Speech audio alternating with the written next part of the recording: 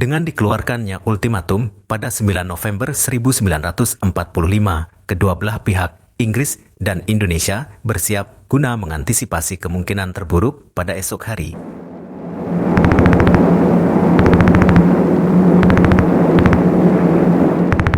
(10 November 1945), sekitar pukul 6 pagi, Inggris mengawali serangannya dengan membombardir kota Surabaya selama 3 jam lamanya. Semua kekuatan yang ada dikerahkan, mulai dari meriam kapal laut, artileri darat, serta pesawat pengebom. Mereka membombardir daerah pelabuhan, terus ke selatan sampai dengan daerah Bubutan. Setelah pengeboman, Inggris mulai bergerak maju, mengarah ke jembatan Fewerda dan Semampir. Mereka bergerak perlahan, berhati-hati, menyusuri sasaran. Baru sekitar pukul 10:30 siang, jembatan Fewerda berhasil dikuasai. Tak jauh dari sana, pertempuran besar pecah di kompleks pabrik Sampurna Kebalen yang menimbulkan korban jiwa pertama pada pihak Indonesia. Karena tekanan musuh yang terlalu kuat, para pejuang akhirnya harus mundur ke viaduk. Keesokan harinya, Inggris baru bergerak maju dari Kebalen menuju kantor pos pusat dekat viaduk. Mereka juga bergerak menguasai stasiun Benteng, menyebabkan para pejuang harus mundur ke daerah Sidotopo. Medan pertempuran kantor pos pada hari itu menjadi tempat pertempuran besar di Surabaya. Karena selalu berganti kepemilikan, para pejuang akhirnya membakar gedung tersebut agar tidak bisa difungsikan kembali oleh musuh. Setelah kantor pos dikuasai, pada 12 November, Inggris memusatkan perlawanannya ke viaduk. Artileri dan pengebom dikerahkan guna melumpuhkan pertahanan di sana. Namun, berkat kegigihan para pejuang, viaduk baru jatuh setelah pertempuran hebat yang terjadi selama 2 hari.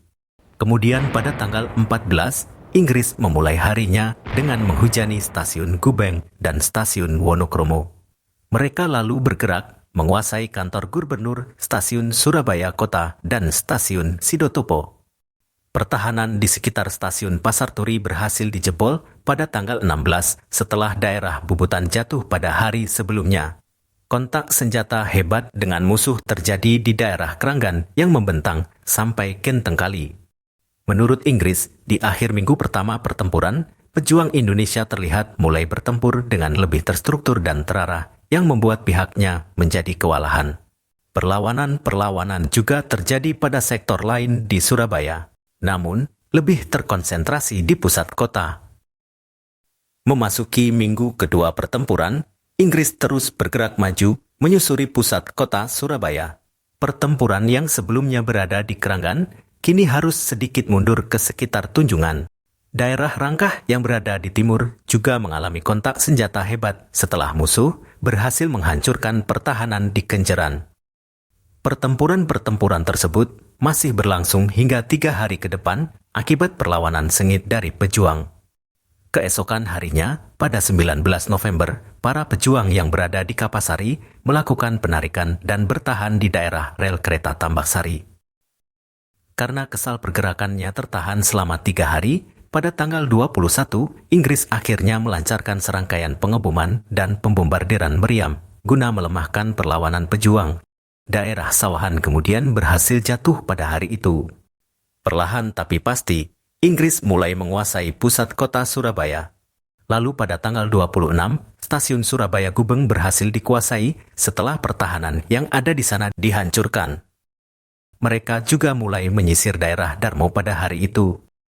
Tanpa disadari oleh para pejuang, ternyata beberapa tank musuh yang berasal dari sisi barat dan timur berhasil menjangkau garis belakang pertempuran di Darmo.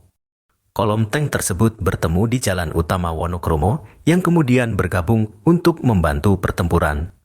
Akibat dari serangan yang tak terduga ini, para pejuang langsung melakukan penarikan menuju daerah Gunung Sari, daerah basis pertahanan terakhir Surabaya. Esoknya, Inggris melancarkan serangan gabungan ke target terakhirnya, yaitu sektor Gunung Sari. Semua yang mereka miliki dikerahkan guna meringsek pertahanan di sana. Setelah digempur sejak pagi hari, Gunung Sari akhirnya harus jatuh ke tangan Inggris. Dengan jatuhnya Gunung Sari, menurut Inggris, Surabaya telah jatuh ke tangannya dan berhasil dikuasai. Setelah berakhirnya pertempuran, tentara Inggris baru mengakui bahwa orang Indonesia hanya dapat diusir setelah digempur dengan hebat menggunakan meriam artileri, meriam angkatan laut, serta setelah 21 hari pertempuran yang hebat.